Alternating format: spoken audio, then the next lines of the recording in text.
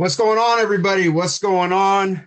Welcome to another Black Film Space virtual event. My name is Reggie Williams. I am one of the co-founders of Black Film Space. I am excited to present this free course, How to Develop a TV Writing Career in 2024 with Atlanta Film Project and Spade Robinson.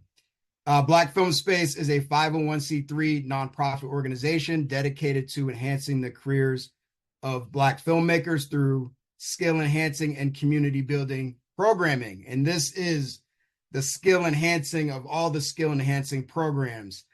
This event is a precursor to a TV Pilot Screenwriting Course that we are launching on August 5th with industry expert Spade Robinson and her company Atlanta Film Project. Spade Robinson is the owner of Atlanta Film Project, a full-service story consulting firm where she consults with individual screenwriters on telling the most compelling versions of their stories. AFP also works with nonprofit artist support organizations such as Sundance Institute, Sundance Film Festival, Film Independent, Chicken and Egg, and Women in Film, as well as for-profit companies and networks such as Fox, HBO, and Disney, helping them to choose writers for their programs, films, and shows. Spade has served on the decision-making committee for several screenwriting fellowships, contests, and labs, including Fox's Writers Intensive, Nickel Fellowship, Project Involved, and Project Greenlight. She currently is the screenwriting lab director for the Athena Screenwriting Lab and serves on the board of the Rogers Short Film Festival. And just for my own personal opinion and take, Spade is amazing. I have personally paid for her services as I've been trying to work through and improve my scripts, and her notes are always honest and it always pushes me to be a better writer. So I am really, really excited for us, Black Film Space, to be partnering with Spade again on this free course and then the longer version next month. Before I pass it off to Spade, I just want to say a few housekeeping things.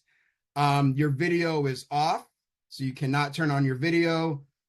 Your chat is also off.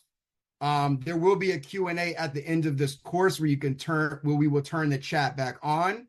If you want to type in your questions, you could also verbalize your questions if you raise your hand, but we'll get to that later.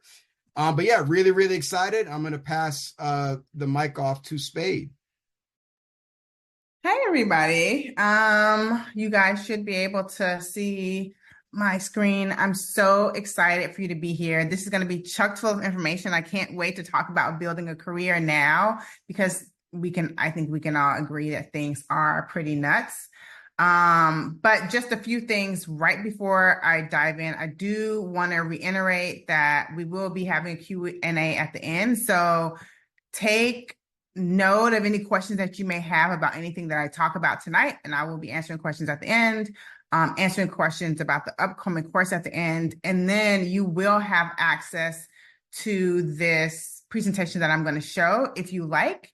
At the end, we're going to put in the chat, we're going to pin at the top a link where you can get access to the presentation. So there's no need to take extensive notes. I think it's really, really important that you absorb the information, you hear it. I think when you hear things live, you absorb it in a different way than when you go back over your notes later. And I want you to absorb as much as possible. I want it to feel as personal as possible.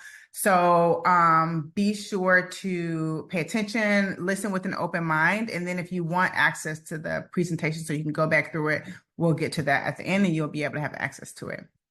Okay, so I do want to start off with something that I see a lot of courses talk about, and that is a professional mindset. And usually whenever I take a course and they always talk about mindset at the beginning, whether it's how to buy a home with $12 or whatever, I kind of roll my eyes. But here's why it's important specifically for writing. The most important thing to move you from what the IRS would call a hobby to what the IRS would call an occupation is getting hired to write something. Anything. That's extremely important for your morale, your confidence as a writer, and then building that sustainability that's going to grow your career moving forward. So if you want to understand how to make a career in film and television, particularly we're talking about TV tonight, you need to understand how TV writers get hired. And before you get into the job that you want as a television writer, you're going to prepare yourself better when you understand exactly how TV writers get hired. And it can be a lot of smoke and mirrors and be very confusing. So I'm going to break it down right now. TV writers get hired by way of being hired by the person who holds the budget. The person who holds the budget in their hand for a television show is what we call a showrunner. And a lot of times we think of showrunners as people who create or run a writer's room, or they are the first stop between the writer's room and the network or the studio when it comes to a show in terms of that final draft going forward into the production draft, which is true. However, their job is so much bigger than that. And one of the parts of a showrunner's job is to oversee the budget. That means that just how you do in your household budget and you say how much money is being spent on what, they have to do that with people's salaries. So they are the ones meeting with writers, sometimes along with executives, sometimes not, and doing the actual hiring. Because of that, you want to know that television showrunners have a budget and they stack the writers based off of their position in a writer's room and how much it's going to cost. That's the first thing. The second thing is your life experiences. So if it's a show that is very science heavy or math heavy or medical, or it's a show about love and loss, and you had a meeting with the showrunner and you talked about your first heartbreak, or it's a show about grief and you lost your grandmother, and that's a conversation you have during the interview with the showrunner. Those life experiences are what gets you into a room. And then the other part of it has to do with the mix of personalities in the room. So it's the mix of the money, the mix of life experiences, and then the mix of personalities. Is this someone I want to spend an incredible amount of time with? And especially if the room is already put together, is this someone who's going to mesh well with the dynamic we already have in the room? And then the outlying thing is a lot of times, more times than not, you're hired to come onto a television show as support staff. That can be a writer's room PA, which is becoming less and less a thing, writer's room assistant. So those support staff jobs are usually how you get hired up into staff writer. That barrier to entry is almost always going to be a showrunner. And that's why when it comes to networking for television, it works a little bit different. So when you think of directors usually don't hire other directors. DPs don't usually hire other DPs. The writer's room in television in particular, even when features, writers don't really hire other writers. The television sect of the industry is one of the few places where writers knowing other writers is your network and how you get hired. Knowing specifically how to network is what's going to move you forward. And that's why when people say network across, you want to network across specifically if you want to work in television, because those around you are going to get into rooms. They're going to suggest writers who have experience when a writer goes off to another room or leaves the room or something like that. And those writers move up in the room and become showrunners and they hire people they know. Knowing that process and how the money works is going to make you so much more competitive in the field of television writing. Okay, so let's talk about the elephant in the room. There is an incredible amount of changes and shifts going on in the industry. Strikes, AI, streamers, companies that are supposed to be entertainment companies but are really tech companies. There's a lot going on. And here's why the intersection of the change and the future, that's the foreboding future that we're all supposed to be terrified about. Here's why you're at the intersection right now in 2024, why you have more power than you've ever had in your hands in trying to enter television and making a living at it, and why Hollywood should be terrified. There's this phrase going on around Hollywood right now called survive till 25. And that's basically hold on to 2025. That's when all the shows are coming back. But right now, the shows are slowly starting to pick back up. It did take a minute. And what's happening is exactly what was anticipated to happen, which was there's going to be a slow pickup and toward the middle of this year and the end of this year when a lot of shows are coming back. So here's what you need to know based off of the qualitative research that I've done.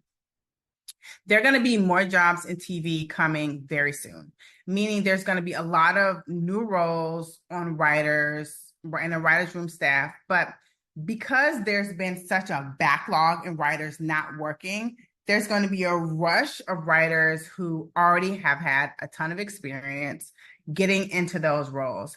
And if you aren't one of those writers that have a ton of credits, this is your opportunity to get jobs like support staff jobs, to get in the room, to get that cultural experience of being in the room and understanding and build those relationships you need.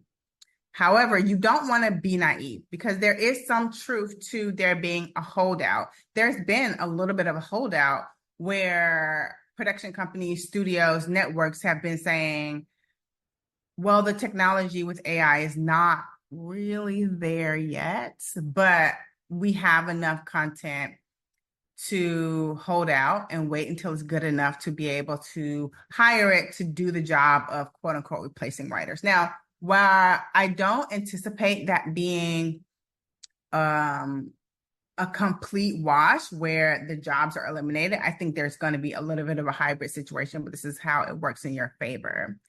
This is a perfect time to embrace the technology for you, to learn how to make it work for you, to streamline your own process and create a slate of projects at different stages ready to pitch at any given moment.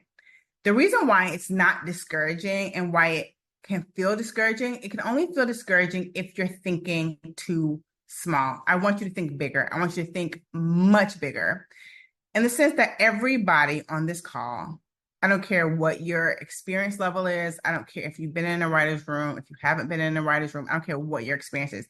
Everybody on this call should have their own production company and be pitching shows.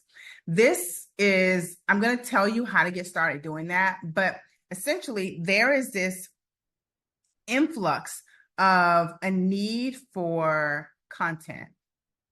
There's an influx for a need of original shows and original IP that I'm going to go into later about why it needs to be original and nuanced and from your perspective and not building AI. But a lot of writers, because of how we enter the industry, are made to feel that desperate feeling like we need to get hired, we need to get picked, we need to get chosen.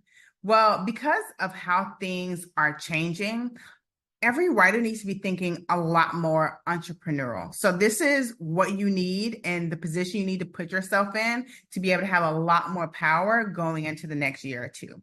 Number one, you need to be networking correctly. You will easily get access to executives to pitch your work to, depending on how you network, going to film festivals, going to networking events. That barrier to entry is not as difficult as it seems.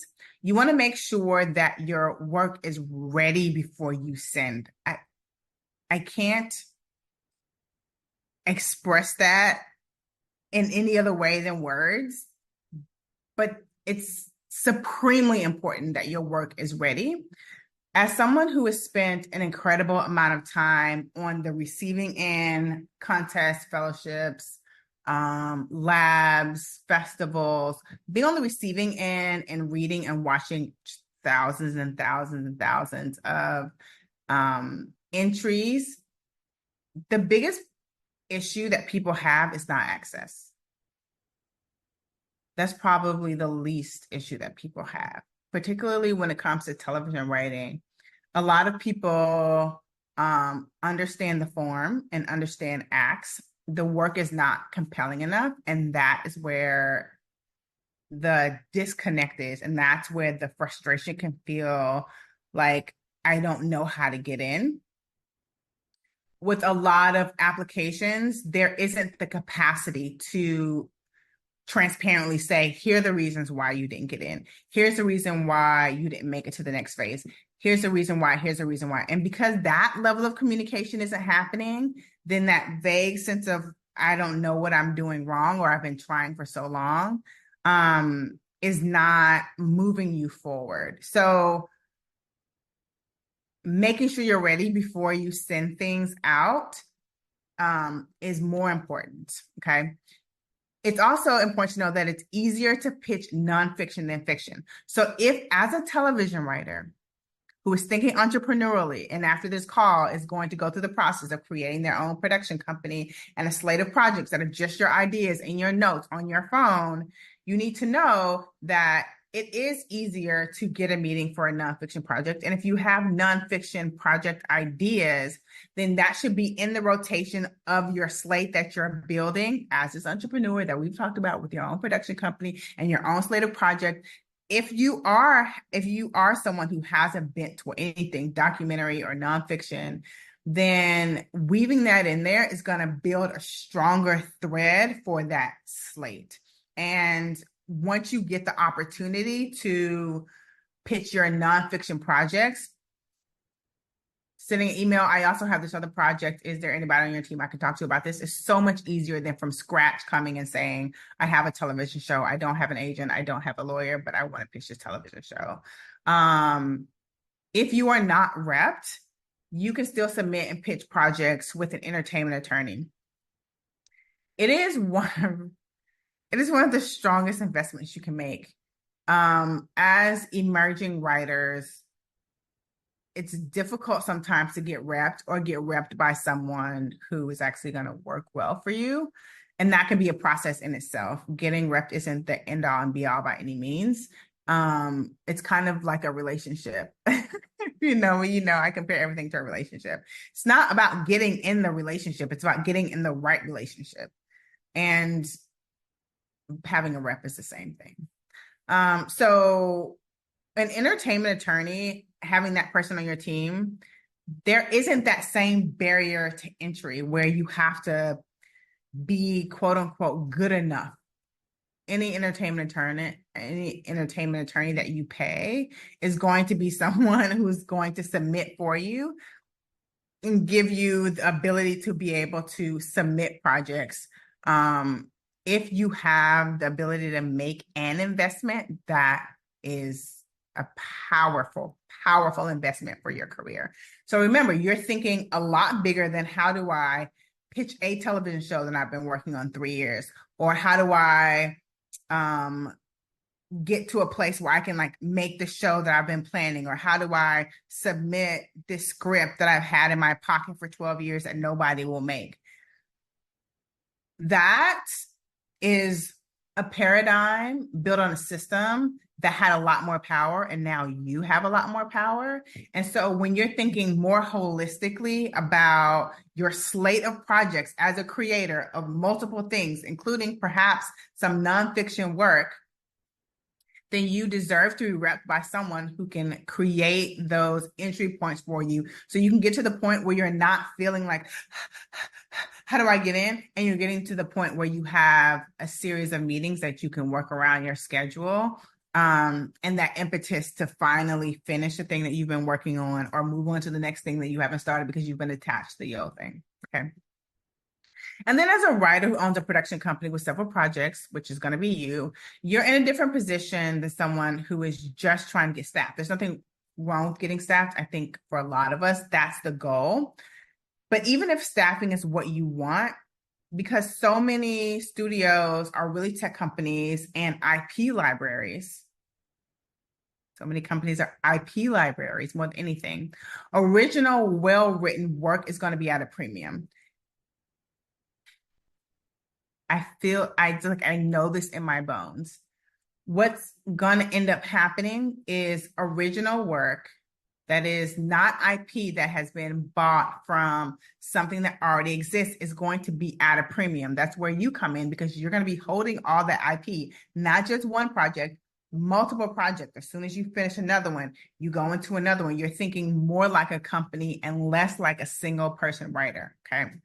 So don't let anyone in this industry make you feel desperate. That's the most important thing. You don't need them, they need you, which I'm going to get into in a second. But in general, think bigger, think as big as you possibly can. Your brain is the entire company, and you want to treat it that way. Organize your ideas, develop a writing practice where you're consistently writing, like yoga, like medicine, like your vitamins, like your hot girl walk, like whatever it is that you do, your writing practice needs to be that. It's not, oh, I finished a script or I'm working on this one project. You have a writing practice and you're cycling in and out projects at different stages. Once you finish one, you move on to the next one. It just has to be good when you finish it, which we'll get to. Okay. So these are things you want to do. I cannot emphasize enough how important it is to leverage things that are going to help you do that, help you be in the position where you are thinking more entrepreneurially, thinking bigger, and using your brain as a production company as opposed to thinking of yourself as someone who needs an opportunity. So here's what's going to help you with that. Artificial intelligence. If the companies are using it to replace you, they can't replace you. But if they're using it to leverage how to make you a smaller piece of their budget, a smaller piece of their pie, what you need to be doing is leveraging that same technology to be smarter, stronger, faster, right? So which part of your process can you streamline by using artificial intelligence? The other thing is if you're someone who wants to be a writer, but you also have to survive and you're not in a position where you can't spend most of your time on survival, then it may behoove you to get some help. I recently hired an assistant, and I think a lot of us in this industry, particularly if you've been an assistant, which most of us have, it feels not doable on like your budget in this economy because we can basically barely take care of ourselves. But it's a lot more doable than you think. You do not have to hire someone full time. You do not have to hire someone that you know. You do not have to hire someone and pay insurance. There's so many different ways to get administrative support in your life. The question is, what is holding you back from going where you need to go? Do you need 5 hours of somebody saying, I just need 5 hours of time where I'm not washing the dishes? Well, then maybe as opposed to paying for something else like that you don't need, that is a little bit of a luxury item. Maybe you get a cleaner. Maybe you get someone who's going to do your taxes as opposed to you doing them. Maybe you get like a babysitter who, even though you're going to be in the house, you can spend time writing. Like these things that are not extremely expensive, you carve out how many hours is it going to take, how much money is it per hour? And then once a week, once a month, once every 2 months, can I hire someone to just take care of this piece of my life or take care of this piece of my business? Because remember, you're a business now. Take care of this piece of my business, send out these 13 emails or whatever. That's something that a lot of us can afford if we really look at it. I would look into it. The other thing is community.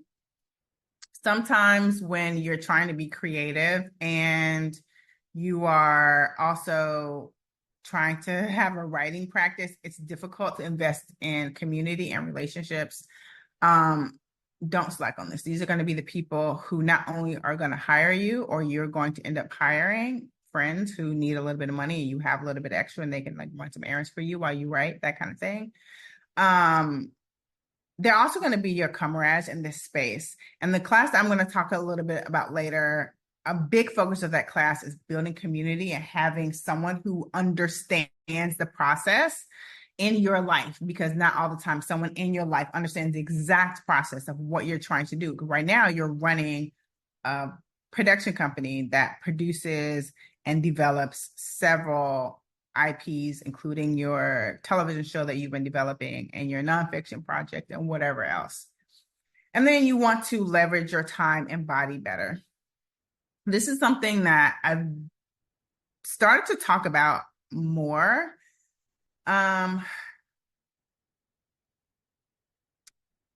Part of the reason why the work isn't there, or part of the reason why you haven't finished the work, or part of the reason why your writing practice isn't happening on a schedule and you can build a career out of it, meaning if you had an opportunity and you ran into someone, you only had that pilot that you already sent them last year. Part of the reason why there's not a volume of work is because your body and brain is not processing your tiredness, your trauma, your stress, your all the things. So when you sit down to write, you are literally stuck.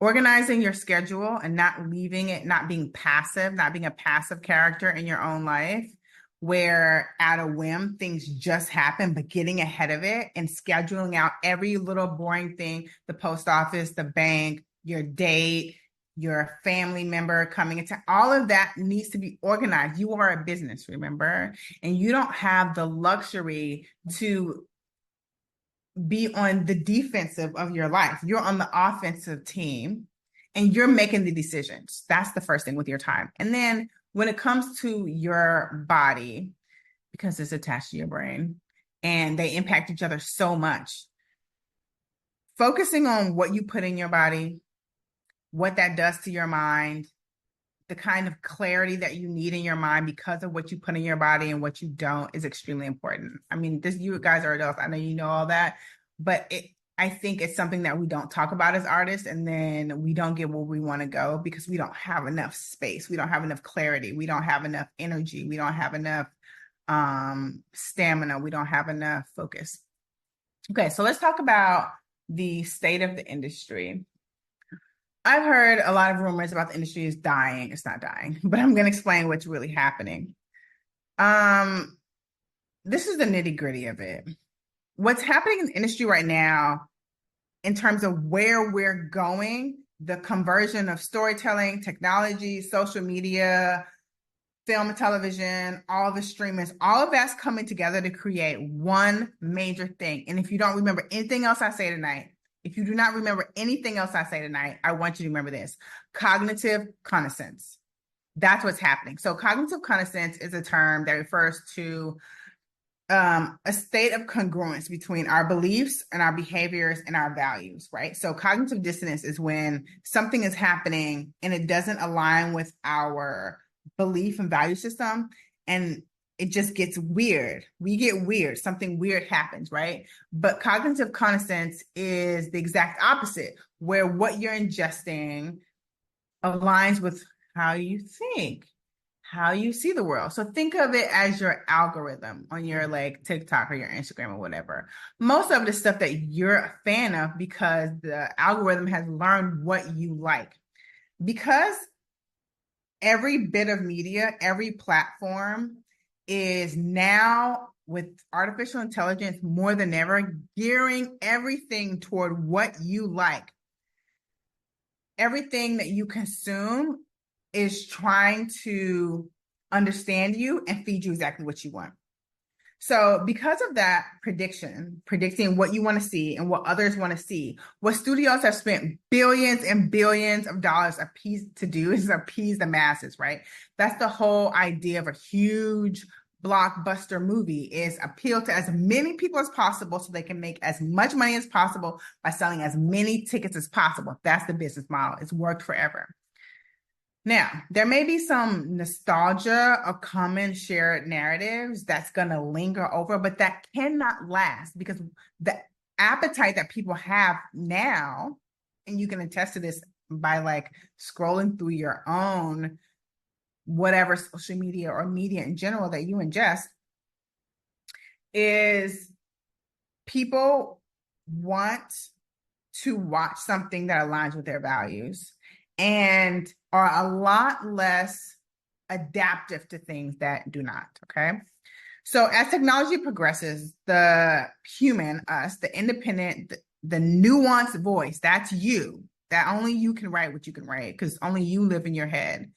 So for example, AI may be able to cater to a certain audience, right? It may be able to okay, I'm going to write this about this, but it's only humans who will be able to speak to the true nuance of the human experience, right? So there's a slice of life that fits your demographic, but your demographic is also woven with all these other experiences that make it smaller and smaller and smaller and smaller.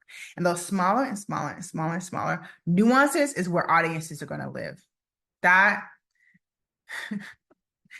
how you're going to get rich. That's how you're going to make your career happen. I mean, it's a little...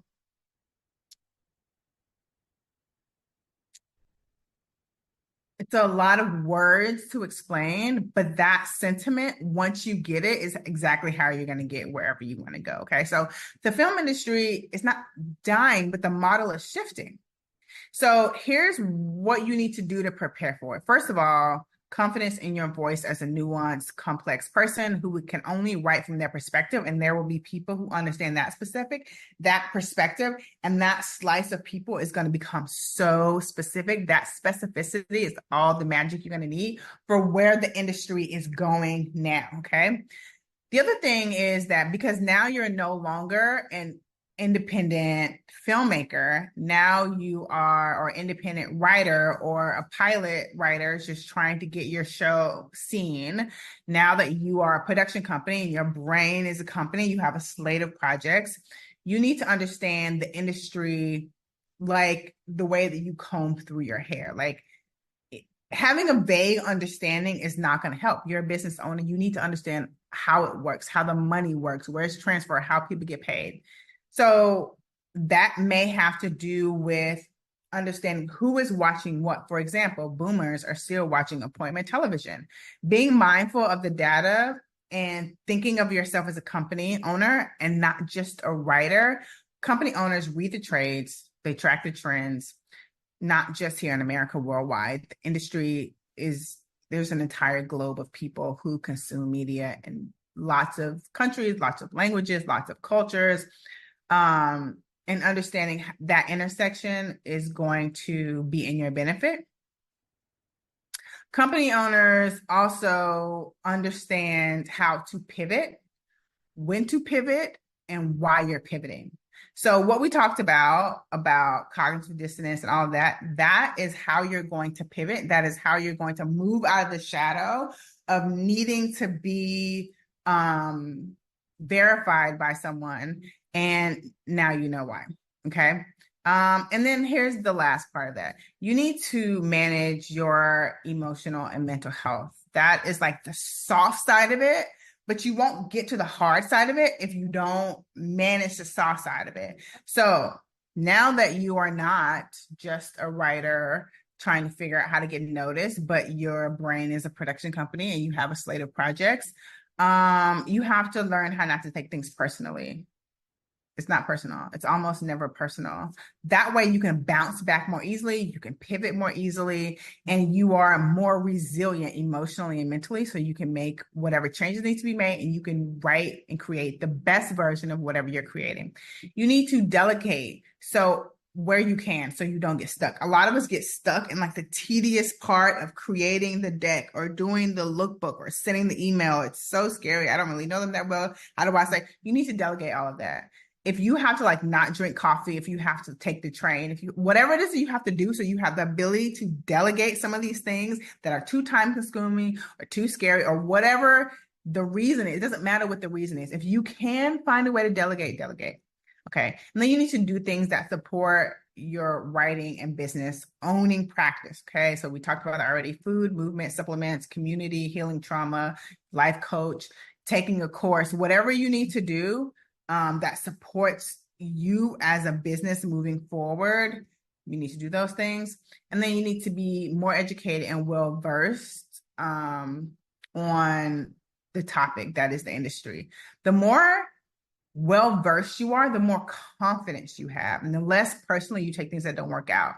A lot of times it feels like a personal attack and it's hard to pivot or bounce back when we don't know all the nitty-gritty details of how things work. How do people get paid? How do people get hired? How exactly do I move from a fellowship? How does that happen? The more you know the details of how things work, you're moving through it with a lot more confidence. Okay. So There is a difference between getting noticed and getting going. And that's where we're moving away from in our careers. We're moving away from getting noticed, like notice me, notice me, notice me, to just getting going.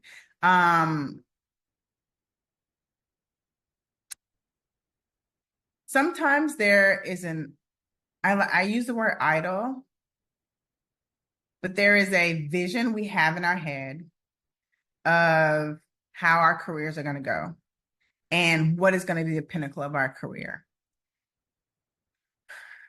I urge you to dig deep into making your best work, creating profound connections that are going to move you forward, and making work so that you can live to make next work, as opposed to making everything about that one piece, that one pilot, that one show, that one. I urge you to do that because that's how you get to making the one special thing that you've been writing your whole life.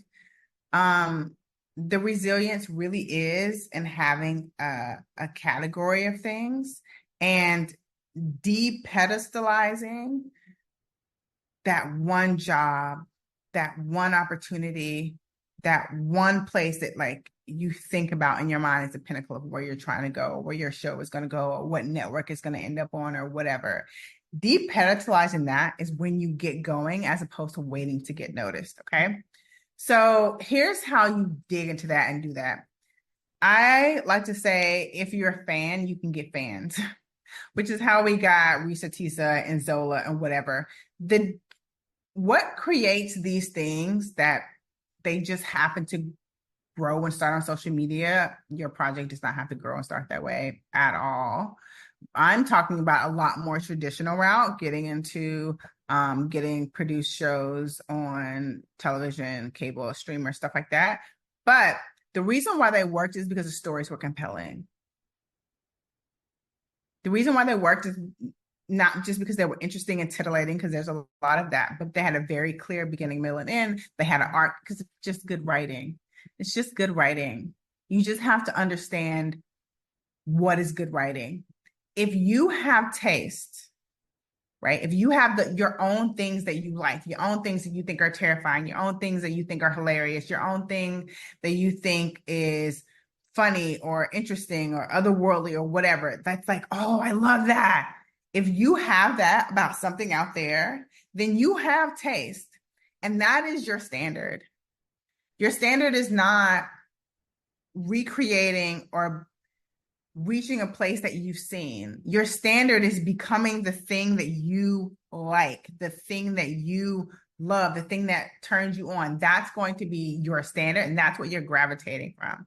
So here's why this is what I think the film and television industry should be terrified of. I'm not an executive. I was like on that route and I pivoted, but I do have a lot of my circle is from the executive world, studio executives or whatever.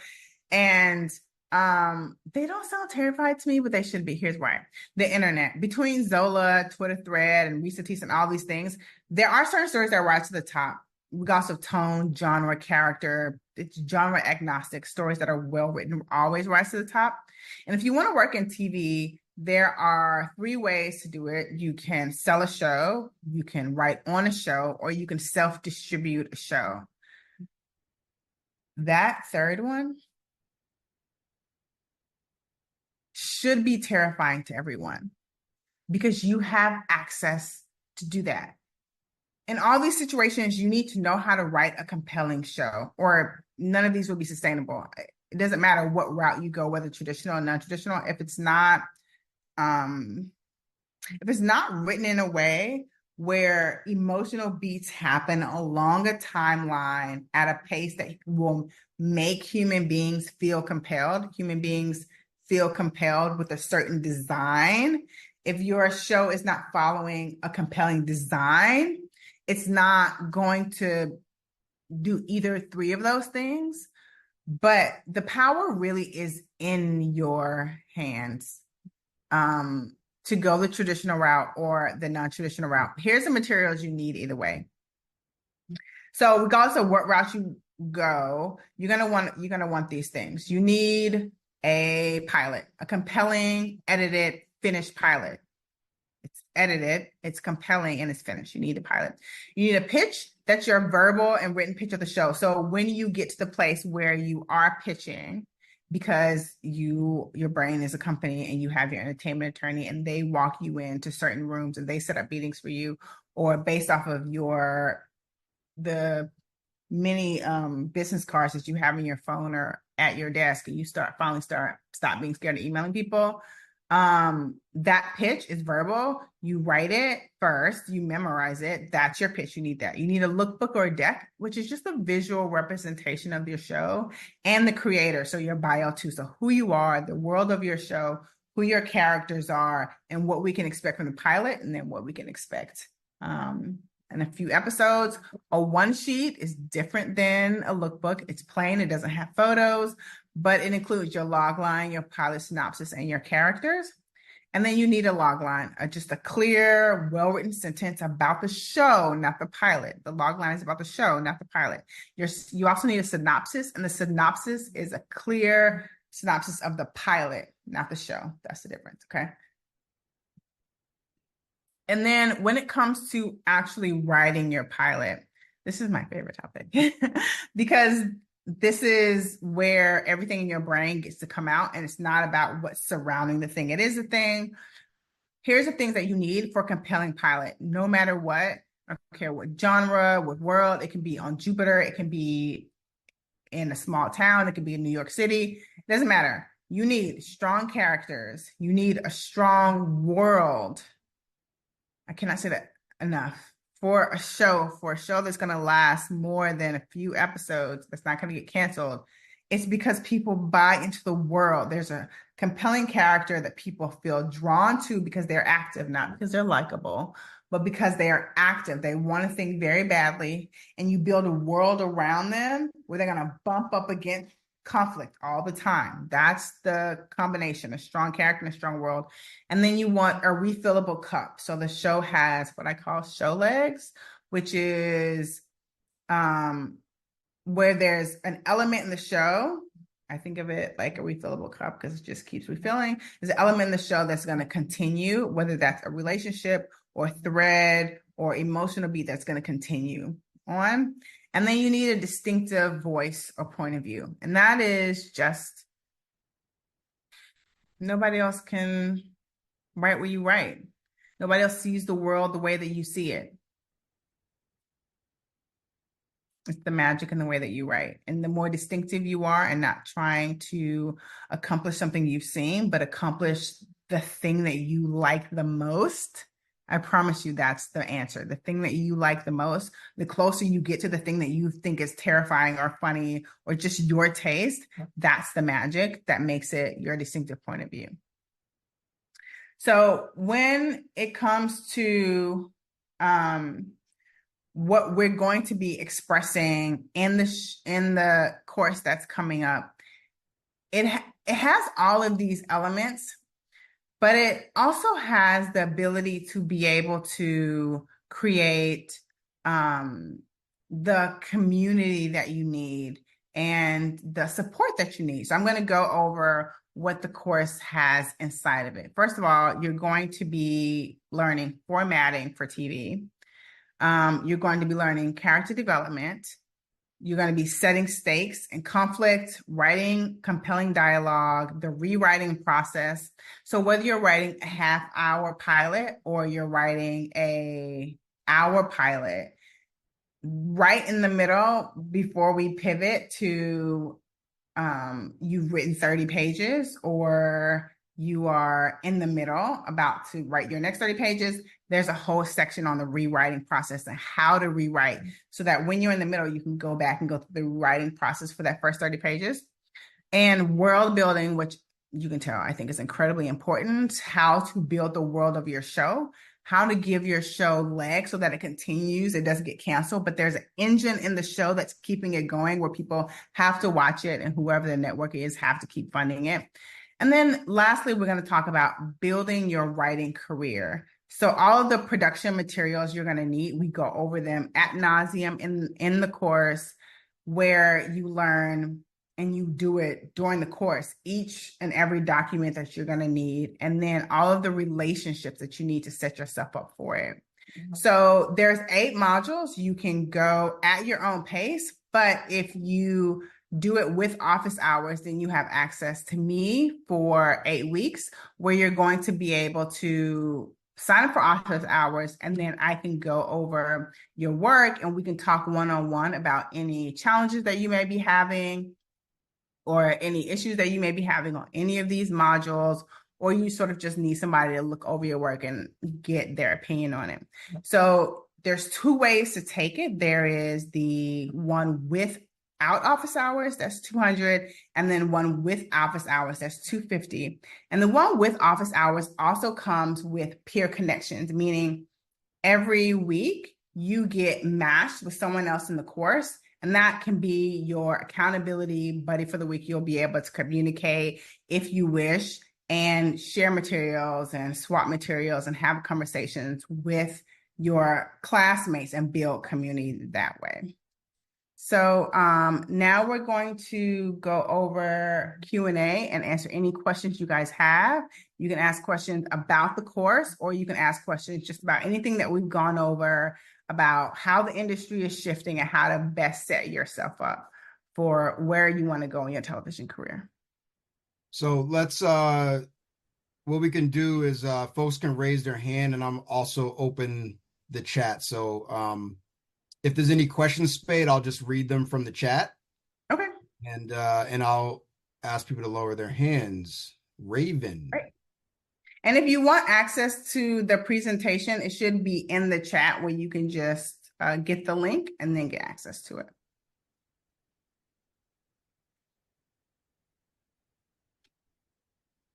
All right. Raven, are you...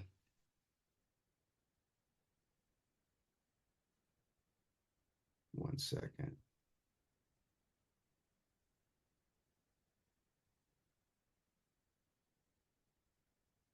I'm not sure what happened, so I'll go to the next person. Destiny. Oh, I'm sorry. I'm doing the wrong thing. I'm sorry, y'all. I lowered your hand by mistake. Sorry about that. You could just put your hand back up. We'll get to you. Olwen. Olwen. Hi, I'm Alwyn. Yes. Thanks so much, Spade, for taking us through this. I'm wondering about the course. I know you said it's for the pilot, but will we also talk about like the lookbook or the one sheet, the pitch, synopsis? Like, will those be covered as well? Yes. Oh, So awesome. the last, the 8th module is all about building a writing career. And that's when we're going to go over all the materials that you need. So there's going to be information about the process that I think you need to go through, which includes your network, your relationships, your writing practice, your lifestyle. And also there's going to be examples of what your lookbook should include, what your one sheet should include, the structure for a log line. So you have the right structure for your log line. All of those materials are going to be in there, and then you're going to be able to share them and get feedback. Awesome. And I'm assuming this would work, like I'm in Canada, this would work for international students. So yes. Like we don't just have to be based in the US. Okay. Yes. So the wonderful thing about this program is it is going to be a pre-recorded module. So you can go at your own pace. It's not a live course, but there are office hours that you can speak one-on-one with me if you sign up for them. So you don't have to be in a specific time zone. Great. Thank you so much. You're welcome. And just FYI, the presentation is not currently in the chat, so if we can do that. And this recording will also live on the Black Film Space website for everybody. Okay, let me get that really quickly. So Spade's going to drop that in, and then we'll get back to the questions. And our goal is to answer as many questions as possible. We may not be able to answer all of them. Okay, so Spade dropped. Oh, that's the form for the presentation? Mm-hmm. Okay, awesome. So you fill out that form, and that presentation will be emailed to you. We're going to go to Raven. Sorry about that, Raven, earlier. Hi, hello. Hi. Yep, we can hear you. Hi. You mentioned about being well versed in the industry equals confidence. I truly agree with that. And you mentioned fans gain fans. So, how exactly would you, I have two questions, by the way. This is just the first question. How exactly would you say, going about gaining those fans? I know you can just post, but that seemed very specific. So, is there like a method? Yes. So, from my perspective, I think specificity is key. I think knowing what you're a fan of and drilling in on that is where you're going to find your deeply specific and biggest audience. So, when I think of fans gain fans, it's really about you knowing what you're a fan of and drilling in on that as opposed to trying to meet the needs of the broadest audience possible. Okay, and my second question. So you said thinking like an entrepreneur. That is something that when you mentioned that, that is something I've been doing. I do have a production company, and that's what I've been pushing forward. But when you said think like an entrepreneur, nonfiction is what's most likely to get you meetings and things of that nature. So when you say nonfiction, like what exact kind of nonfiction do you mean? Like I will have to write something that would be like on somebody's life, or it could be nonfiction, like not based off real people, but it's like it's kind of a real life story. Well, this isn't something that you necessarily have to do. This is more if you are a creative who is interested in fiction, television, as well as nonfiction in general, as opposed to leaning into that one project that you've been like holding on to for so long, and this is the one, this is so brilliant, it would make sense to think of your work as just a general slate of projects. And if you are interested in nonfiction, weaving that in. So for example, if you're someone who you're sitting around one day and you're like, I've always wanted to like make a documentary about like buses. Like who are the people who get on buses? Like what are their stories? You pass by these people, you're standing so physically close to them, you know nothing about them, especially if you're on the subway in New York. So if that's something that interests you, then weaving that into your slate, I think just gives you a richer slate. And a lot of times people will like hear that project more quickly. And that can set up other opportunities for you. Okay, and I'm sorry, one last question because I have to. I'm sorry, Raven. I just want to pause you there. There's a lot of questions here. A lot of people have questions here. We want to, get everyone an opportunity to ask that question. So if you can hold on to that question, and if we have time, we'll get back to that. Okay.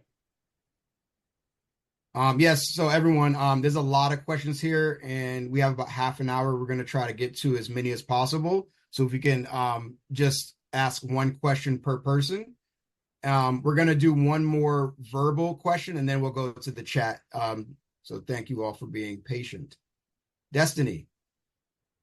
Hi guys, thank you so much for having this. This is extremely insightful. My question is going towards that course. I noticed that let me see, because I wrote down my question. It was about your writing career, kind of like going over what we envision our writing careers to be. Would that advice be conditional based on where we are? A lot of like the forums that I've been able to be a part of has recommended just to move to LA. Will the scope of the advice that we get for our writing career be able to be like where we're at? Because right now I'm in Philadelphia. Okay, so I have two answers for that. So I'm going to give blanketed, like not blanketed, but I'm going to give like advice in the course is what I think is going to best position you to take advantage of the opportunities at your disposal. That is what you're going to get overall in the course. Like, how do you position yourself in certain ways? If you sign up for office hours during that 8th week, that's when it can be more bespoke to you. Like, let's talk about your situation, what you have access to, who is your network, and how we can utilize that. You and I can do that brainstorming together.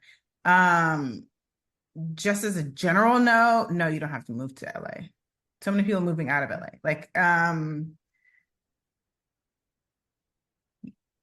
yeah, don't feel pressure to move to LA. There's so many ways to make your career happen where you are. And if that ends up being a part of it, that ends up being part of it. But I think that can slow you down just because of the financial burden more than anything else. Yeah, we actually did a virtual panel last month with a gentleman who got representation from Boston. Never lived in LA, never lived in New York, has been in Boston all the time, and he's repped by CAA and is on his way. So yeah.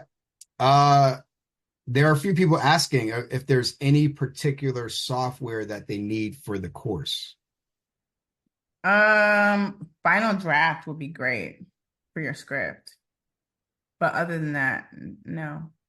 So there isn't a particular, they could use Celtics or anything else? Yeah. Yeah. Okay. So no particular software that you all need. Any thoughts?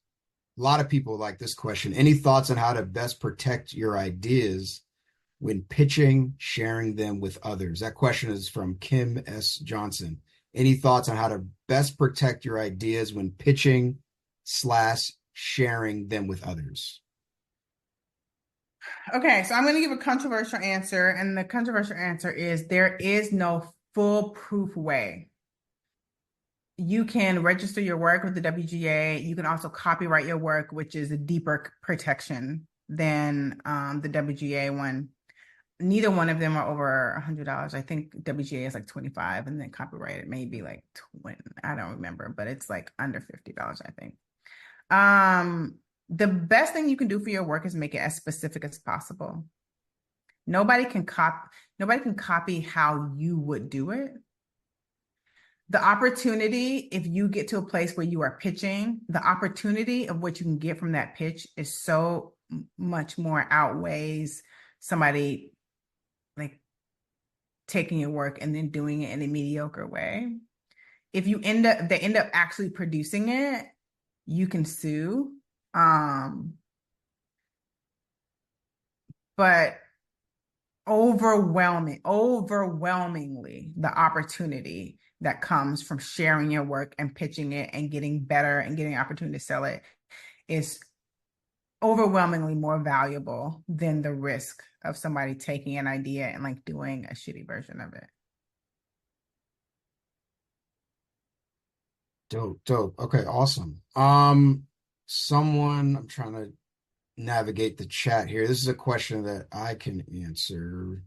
Someone asked, will this course be offered again in the future? So this current course is evergreen, so meaning that you'll be able to purchase it as soon as today, 6 months from now, a year from now, and you have lifetime access, and you can go at your own pace. If you want the office hours start Monday, August 5th, and it goes for 8 weeks. I believe let me get this right. The last week would be the 23rd. September 23rd would be the last Monday from 7 to 9 p.m. Eastern time.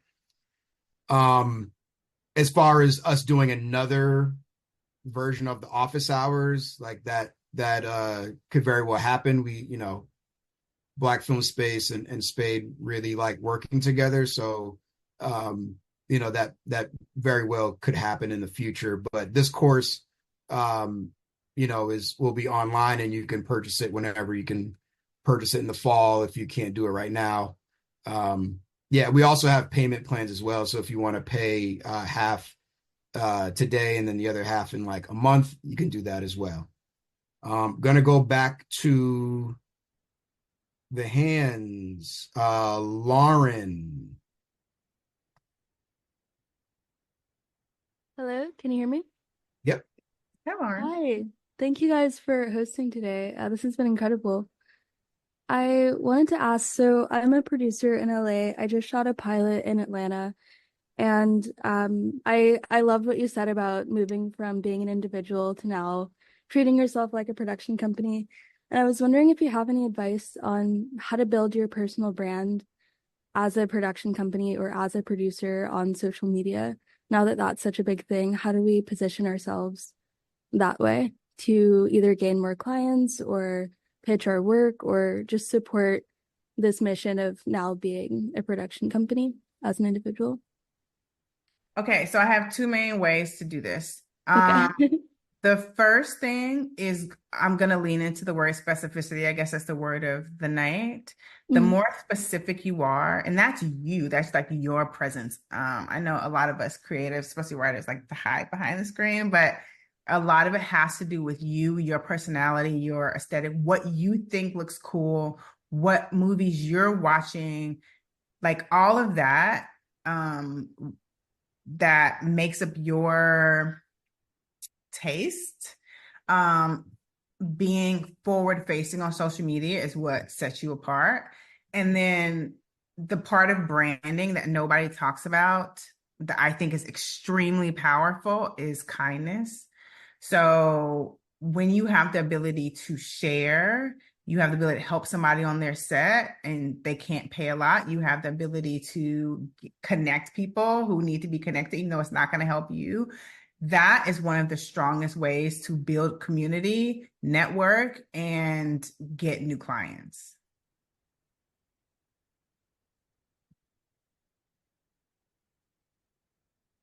Dope. Awesome. Piera.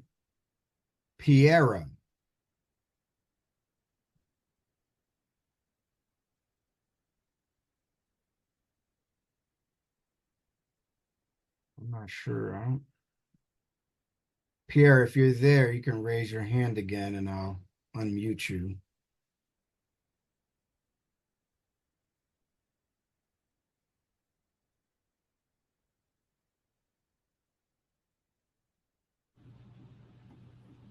Hi, can you hear me?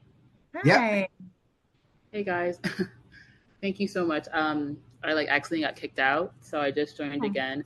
But thank you so much for hosting. My question was around, I guess more so like post-production needs. I'm excited about this course because it's a good idea. It's a good way to like reformat and like kind of look back at ideas that we already have. But for pilots that we kind of have that we've had produced already, but that are pretty far along in post, like is how much of the course is tailored to like, like selling it through the pitch or distribution routes, or like how much is it for like the next step after the project is done? So the eighth week, when we talk about week 8, when we talk about building a career, that is where we're going to dive into all the materials you need, the relationships you need, the posture, the structure of a pitch, how to, as opposed, so it doesn't really go into production, like physical production. Right. But what it goes into is now that it's done and now that it's done well, how do you position yourself to get where you're trying to go? And getting where you're trying to go is different for everybody. So there's going to be a diverse range of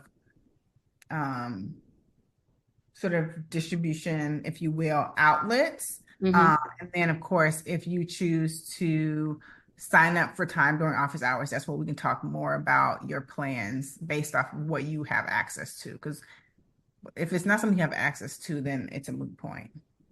Right. Thank you. Richard.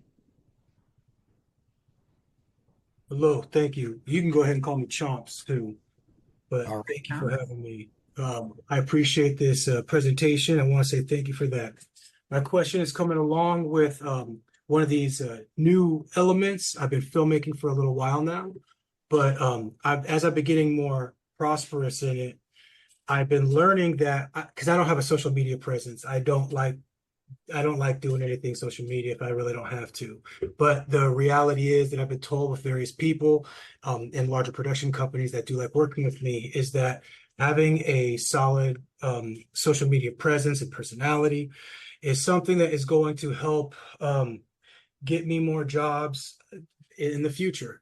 And I'm curious that how far will good ideas, being able to write them on paper and get them out there and work on set, which is what I like doing, is going to be curtailed by me not having, a snappy Insta with 15,000 followers, because I understand that dynamic. If I have to work on one or the other, I prefer on working, you know what I'm saying, on set behind the camera. So okay, I'm of two minds about this. All right. My first mind is, if your aversion is to being on social media personally, there is a version of it where it's really just about your work and not about you as a personality. So just put that as a feather in your cap if you decide to change your mind about being on social media. Absolutely. The second way I think about it has to do with your relationships. And if you decide I'm not going to invest in being publicly facing, you do need a way to octopus your way out there. Absolutely. And that is going to have to do with how much you invest in your relationships.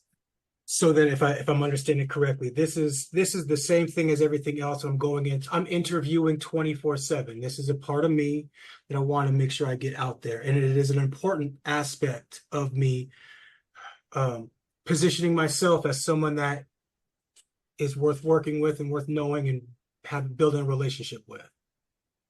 Right. All right, I hear you. I appreciate that. Mm-hmm. Cool. Thank you for that question, Chomps. Thank you. Let's go back to the chat for a little bit. Ed asked if it feels like the market for original pilots is shrinking, and Paramount Fellowship asked for specs this year. What's your advice for writing a spec and infusing your personal story in it? When it comes to writing a spec, the most important thing is capturing the voice of the show that already exists. That's the most important thing. The way that you stand out in a spec is a combination of how well you know the world of the show and the characters, and then infusing it with a scenario that's unique but still in the world of the show.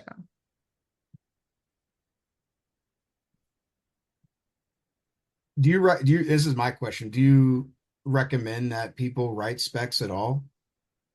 I recommend that people know how to write specs, so practice writing specs, and write specs when they're asked. So, like, for example, if there's a deadline coming up for a fellowship that you want to be a part of because you spent time writing specs as a part of your writing practice, then you would submit a spec for that program, and you only submit a spec for shows on their network. And but I wouldn't because of the shift that I'm feeling or seeing, I wouldn't make that half of my writing process. I would make that a small part of my writing process and make sure I know how to do it and do it well. Because once you get staffed on a show, that's your job, is essentially writing on spec every time you write, you're writing on spec. But when people hire you, usually, unless it's not for a program, when people hire you to be in a room, it's because of your unique voice. Gotcha. Dope. Thank you. Back to the chat. Brianna asked, Brianna said, "Hi, Spade. I know you mentioned nonfiction is easier to pitch than fiction, but do you have any advice for fiction writers?" Lots. In terms of pitch, in terms of how to pitch a fiction show? Yeah, I think that's what they're referring to, how to pitch fiction, or advice for fiction writers. Maybe give one or two tips. I know just in general, for fiction writers, just in general? Yeah, that could be a okay. whole class right there. So the first thing would be outlining. Never write anything without outlining. That's the biggest advice I could ever give. And the second thing would be to build a writing practice. There's no way you can't be great if you outline and you have a writing practice. Oh, and the other thing, read everything. If you love a show, read it. Read as much as humanly possible. I think they were referring to like pitching to Like execs how do you get to the point where you're pitching? or just advice. For pitching? Yeah. Okay, so advice for pitching. I would say write your pitch, memorize your pitch. Your pitch has a certain structure. In the course, I'm going to give a document that shows you the structure of your pitch, but the quick and dirty of it is, this is my entry point to the show, my personal connection. I'm going to walk you through an immersive experience that probably happens in the pilot. And then I'm going to sew up the pilot and tell you what a few of the episodes are going to look like, and then give you some more insight into the characters, and then button that up with something philosophical. That's usually the order a good pitch goes in. Okay, dope. Iman, I'm gonna call on you when we go back to raising hands so you can ask that question. And I'm just gonna do one more in the chat. Elliot asks, what is your best advice for how to find an entertainment lawyer working on an indie budget? I think someone put it in the chat, a company Diverse representation. Yeah, that's a really good one. When it comes to entertainment attorney, I think one of the best things you can do is ask around. Our lawyers are not created equal. And that's one of those things that you kind of want to get set up with somebody It's like, oh, I have a great one. That's usually the best way. But there are so many forums where people talk, whether it's Discord or Facebook or where people gather. That question you want to ask specifically. So I'm looking for an entertainment attorney who I don't have to do this and I can't do this, or they are in my budget and this is my budget, or do you know anyone who's taking on new clients, or do you know anyone who will submit you for something and take a percentage, but I don't have to have them on retainer? Like whatever your stipulations are, I would ask in those environments. I think somebody put somebody in the chat as well. All right. Iman, I forgive me if I'm mispronouncing your name. Hello, it's Iman. Hi. I have a couple questions in the chat, but the one I'll ask is if you write a show that's inspired by another show, but it's still it's like different situation, different characters, different sort of everything, but it's like the same sort of tone, I guess. Do you think it's better to pitch it as like a reboot, or do you think it's better to connect it to that show or not mention it? And does that count as original work? Does that make sense? So what makes it original is the characters and the specificity of the world. So the mythology of the world of your show. Having the same tone is fine. It's still original. If you'd like to mention it, a lot of people mention it in sort of the first few lines of their pitch. This show is this meets that, or this is a new take on that, or this is this, if that was 10 years ago, something like that will just help whoever you're pitching it to really grasp what you're saying. And I think it's a stepping stone rather than a hindrance, because there is a point of reference. Okay, cool. Thank you.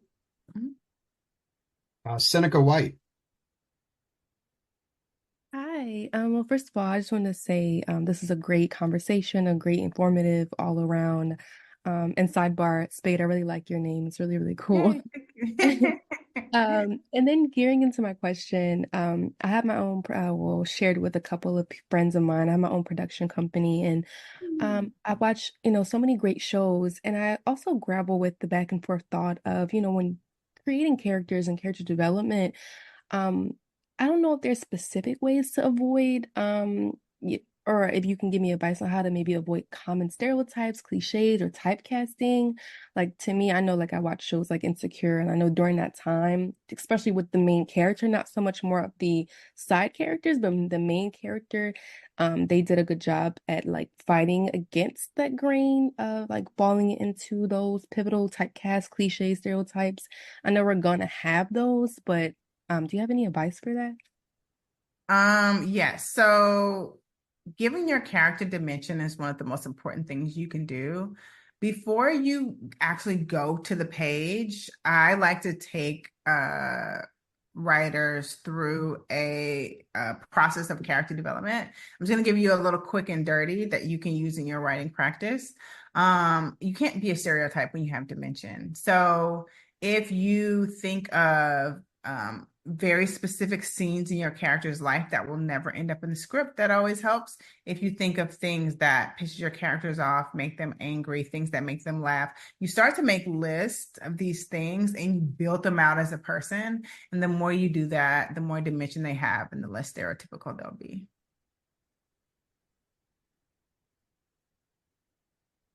All right. Thank you for that question. Leonard. Hello, how y'all guys doing? Hi. Already say how y'all. I have a question for you guys. Do you have any advice for writers that's trying to get started in the film industry, TV industry, in the DFW area? Dallas. Yes, sir, Dallas, Texas. I don't know if it's known for TV and movie sets. So I just want to know if you be trying to become a writer and you have the stories, the written plots and everything. Is there any way that you can get started, whether it's small or it's a foot in the door, whether it's an assistant or does it takes time and it takes reps? If that makes sense. So one of the most powerful things you can do that cuts through the smoke and mirrors is doing well in contest fellowships and labs. Placing in those gives you, particularly the prestigious ones, gives you that visibility that I think you're talking about. Also, Dallas, right? Yes. Dallas has a very strong film community, in particular, a strong production community. Cool. So I don't know of any writers' rooms in Dallas, but I know that you could probably get into a virtual writers' room doing well in these sort of like fellowships, contest type thing. Yes. But then when it comes to production, there's a vibrant community there. So it's a matter of building relationships, networking, meeting people, going to film meetups, that kind of thing. You think school is necessary as far as networking, film school? That is the age-old question. I went to film school, did not regret it. You do not need it. Okay. I will tell you what film school gave me and what it didn't. Film school did not help prepare me to have a career in film and television. It did not help prepare me to do that. What it did was help me to become a curator of what's good and what's not, and have the language for why. And that helped me to curate my own work, so I'm better positioned to do well. Okay. So that's just my experience. Okay, thank you so much. I appreciate it. I wanted to add something too, Leonard. Have you been to any film festivals in Texas? So I've been to the one in Austin. I met a few people. Some told me go straight to film school if you can afford it, and some say just try to get your foot in the door in the industry. But with me being from up north, I wasn't aware if Dallas Fort Worth was the place for that. Most of the people I met, they're all either in Atlanta or they're all up east in New York. Gotcha. So, yes. Yeah, I was just gonna say, I would keep going to the Austin Film Festival. You could definitely meet a lot of. I mean, that's one of the biggest festivals in the country. In Austin, a lot of people there. Austin Film Festival. Yes, it's the biggest one. Okay, it's one of the best festivals. Yeah, and one of the best festivals for writers in particular. They have a lot of writing contests, right? Mm-hmm. Yes, perfect. Okay, thank you so much. I know you got questions. I'm sorry. Yes, go ahead. I was also going to say that the Denton Black Film Festival, that looks like it's right outside of Dallas. So. So I was told about that. They're very, believe it or not, they're very selective. Meaning, so there's already writers and people that's in the industry or that's meeting people. So you have to be either invited or it has to be a group that you're with, if that makes sense. So that's why I went to the one in Austin. But it was a great experience. So I'm glad I went, and that's why someone told me about the this Black Film Space. So I follow. I love your content. I watch, and they told me I had to check out this course, and then it's been great so far. So I just needed a few pointers, was all. Oh, cool. Carrington. Oh, hello. Just wondering, what's the link to the presentation? Oh, okay, so I'll put it in the chat again.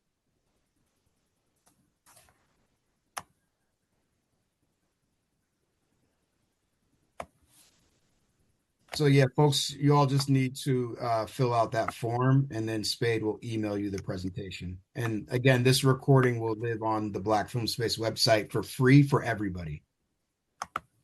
Okay, thanks. You're welcome. How many more questions do you want to take, Spade? We have 3 more minutes. I see. So these hands, are we out of hands? Okay. Yeah, I think we're at it. I think Yeah, maybe we have time for like maybe 2 more. 2 more? Okay.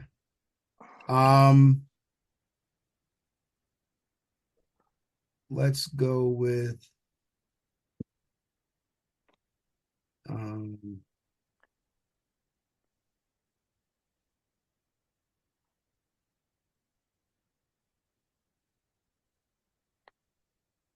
David, and then we'll do 1 more in the chat. Thanks. Hi, Spade. David. I was just curious because I know it seems like you've been in the industry for a while, but I wonder, like, as you were getting into the industry or just about to break in, what your writing schedule looked like. Like, assuming I know you said you were on like an executive track, Right. so like while you even had your own like other full-time job, like how you were scheduling that time for writing. So when I first graduated from film school and was trying to break into the industry, my writing schedule was terrible. I didn't do anything. I would hustle and write whenever there was a deadline for some fellowship. And then on the weekends and at night, I would drink with my friends. And my career reflected that. Yeah, now I write every day. Early morning works best for me. I like to binge write as opposed to like a long drawn out thing. And I don't have an outcome. Like I'm not finishing this today. I am allowing myself to brainstorm, make notes, think, walk around, be weird, have some ideas, and pick at several projects. That's kind of my process. It's a little unorganized, but it works for me because it takes the pressure off. And then when something comes up, I have something in the chamber. So the last question, someone asked any tips on networking? Yes. Okay. Oof, I could teach a whole class on networking. Okay. So you've heard don't network this way and network this way. My biggest, if I had to come up with one thing, okay, two things that are a little bit off the beaten path, but I know they work. One, be kind to everyone. 2, dress well. I know it's shallow, but it's important. And people remember that. I promise you. I promise you people remember that. People feel good around people who are dressed well. And it works. Trust me, take my word for it. And 3, follow up with people and create real friendships. So you're gonna meet people. You're going to.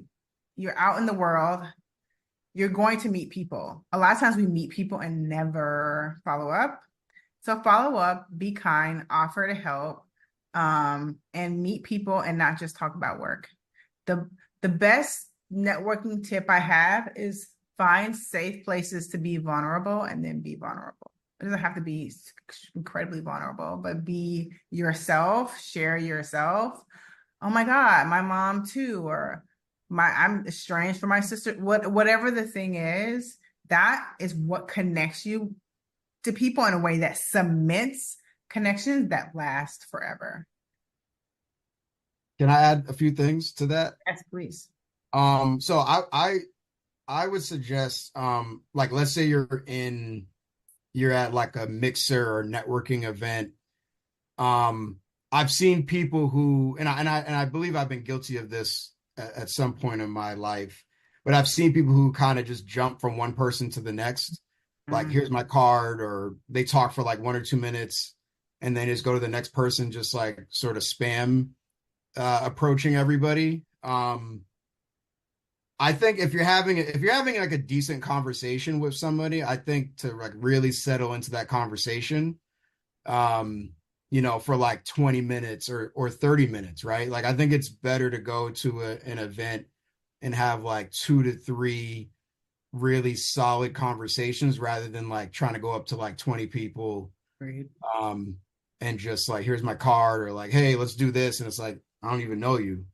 And then also too, when you do connect with people, like really follow up, like really, really follow up and set up like a coffee or a virtual call. I mean, that's, the Londe and I, the other co-founder, like we met online, but we met up like we didn't know each other. We just met up to talk shop in person. And then we were like, hey, let's do an event, just one event. We didn't really have like a vision for Black Film Space, and then it just organically grew from there. So like actually doing, like most people won't actually just take the step. That's a big deal. And then the last thing I wanted to mention, I just lost my thought.